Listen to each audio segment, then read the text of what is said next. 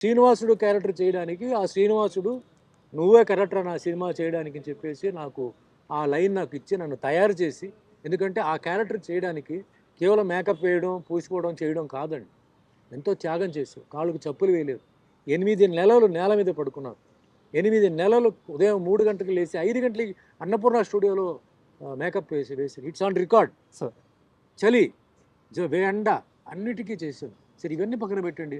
ఆ cinema release అయిన తర్వాత పెద్ద హిట్ అయిన తర్వాత president of India Shankar Dayal Sharma గారితో పక్క పక్కనే కూర్చొని సినిమా చూసే భాగ్యం నాకు ఆ దేవుడు ఇచ్చాడు.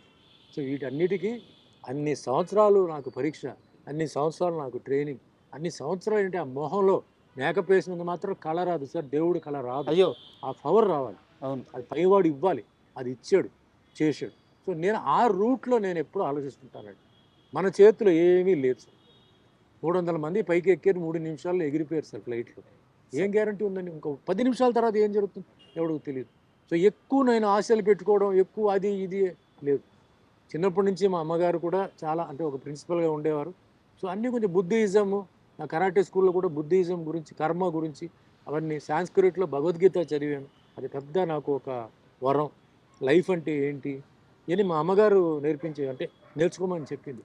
సో అట్లా నా లైఫ్ మిగిలిన వాళ్ళలాగా కాదండి. Sir I came up